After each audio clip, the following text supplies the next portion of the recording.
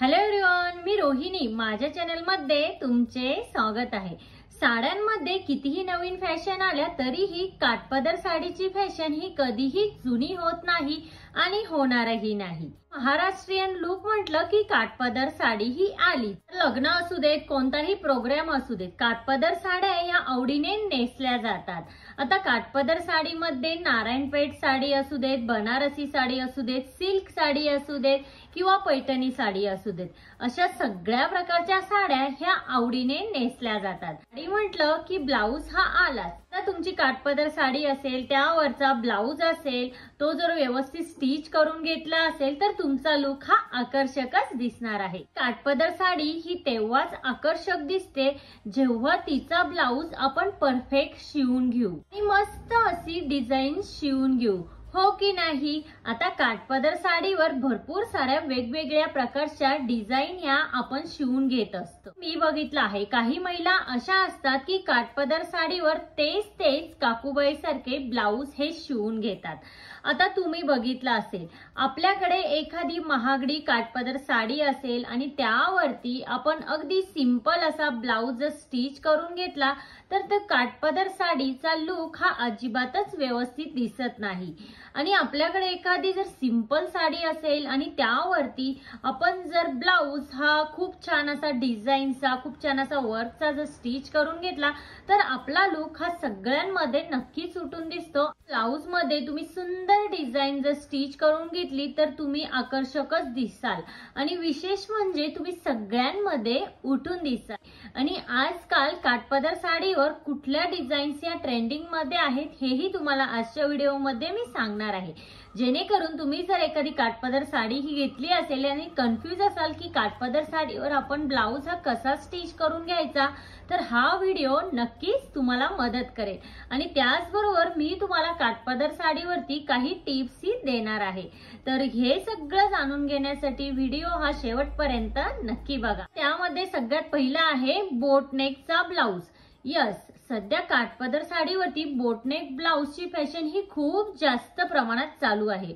आणि बोटनेकचा ब्लाऊज जर तुम्ही स्टिच करून घेतला तर त्यावरती तुम्हाला जास्त ज्वेलरी वेअर करायचीही गरज वाटणार नाही, कारण बोटनेकचा जो ब्लाऊज आहे तो खूपच सुंदर दिसतो. आणि बोटनेक ब्लाऊज जर तुम्ही स्टिच करून घेतला त्यावरती तुम्ही फक्त इयरिंग्स जरी ट्राय केल्या, जरी वेअर केल्या तरीही तुमचा लुक डिसेंट आणि आकर्षकच दिसणार आहे.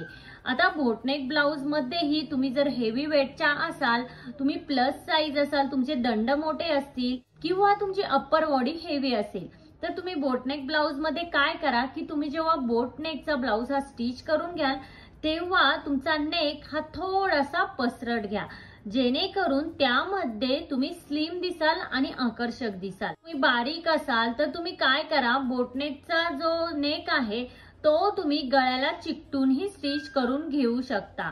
त्यामध्ये तुमचा लुक आकर्षक आणि सुंदर नक्कीच दिसेल. बोटनेक मध्येही तुम्ही बॅक साइडनेही डिझाईन्स या करू शकता. त्याचबरोबर पूर्वीच्या काळी ही पफ्सच्या स्लीव्हची खूप जास्त फॅशन होती. आज पफची स्लीव्ज ही खूप जास्त ट्रेंडिंग मध्ये आहे. तर तुम्ही पफच्या स्लीव्ज ही स्टिच करून घेऊ शकता.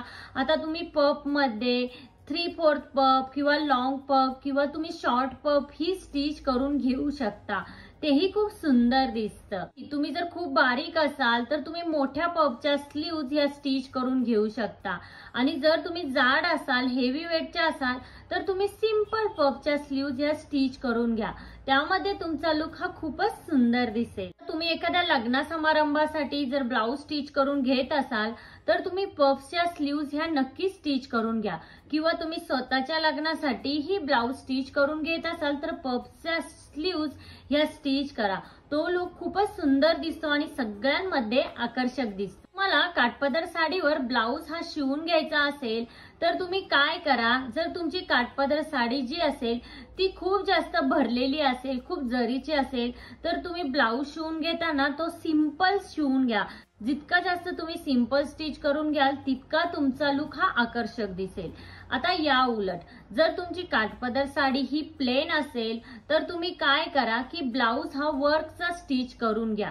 आता ब्लाऊज मध्येही जर तुम्हाला ब्लाऊजच्या स्लीव्हजला डिझाईन्स शिवायच्या असतील किंवा स्लीव्ज मध्ये तुम्हाला डिझाईन करायच्या असतील तर तुम्ही ब्लाउजचा नेक जो आहे तो सिंपल ठेवा.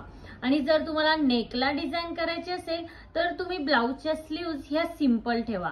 त्यामध्ये तुमचा लुक डिसेंट आणि आकर्षक दिसण्यासाठी नक्कीच मदत होईल.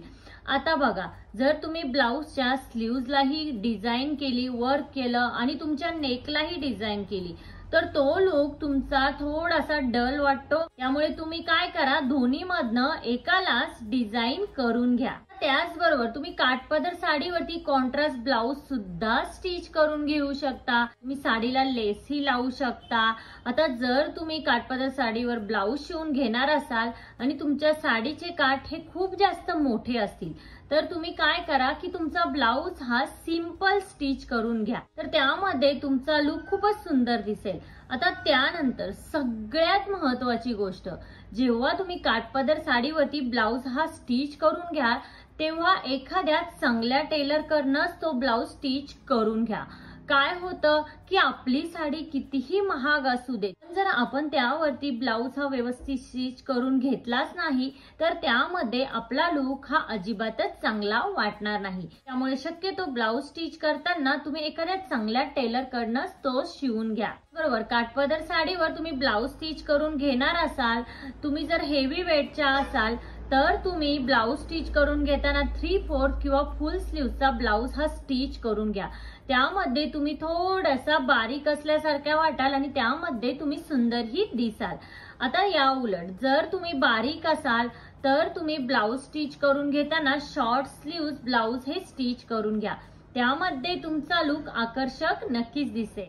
तुम्ही बारीक असाल तर बेटर ऑप्शन हे आहे की तुम्ही स्लीवलेस ब्लाउज स्टिच करून घ्या. जर तुम्ही स्लीवलेस मध्ये कम्फर्टेबल असाल तर तुम्ही काठपदर साडीवर स्लीवलेस ब्लाउज हे स्टिच करून घ्या.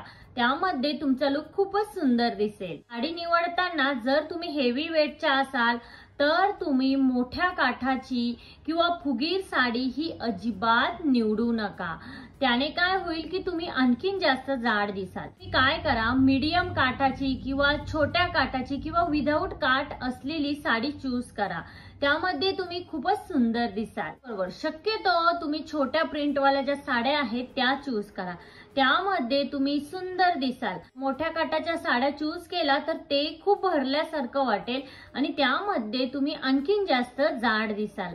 आता या उलट जर तुम्ही बारीक असाल तर तुम्ही काय करा, मोठ्या काठाच्या साड्या ह्या तुम्ही निवडू शकता किंवा मोठ्या प्रिंटवाल्या साड्या ह्या तुम्ही चूज करू शकता. त्यामध्ये तुम्ही भरल्यासारखं दिसाल आणि सुंदरही दिसाल आणि तुमचा लुक हा क्लासीही वाटेल. आजच्या व्हिडिओमध्ये आपण काही ब्लाउजेसच्या डिझाईन्स या बघितल्या आहेत. जर तुम्हीही कन्फ्युज असाल की काठपदर साडीवर कशा प्रकारे ब्लाउज हा स्टिच करून घ्यायचा तर ह्या टिप्स तुम्ही नक्की फॉलो करा. आजच्या व्हिडिओमध्ये इतकंच. आजचा व्हिडिओ हा तुम्हाला कसा वाटला? आजचा व्हिडिओ जर तुम्हाला हेल्पफुल वाटला असेल तर लाईक, शेअर, सबस्क्राईब नक्की करा. भेटूया अशाच एका नवीन व्हिडिओमध्ये. तोपर्यंत काळजी घ्या. Thank you everyone.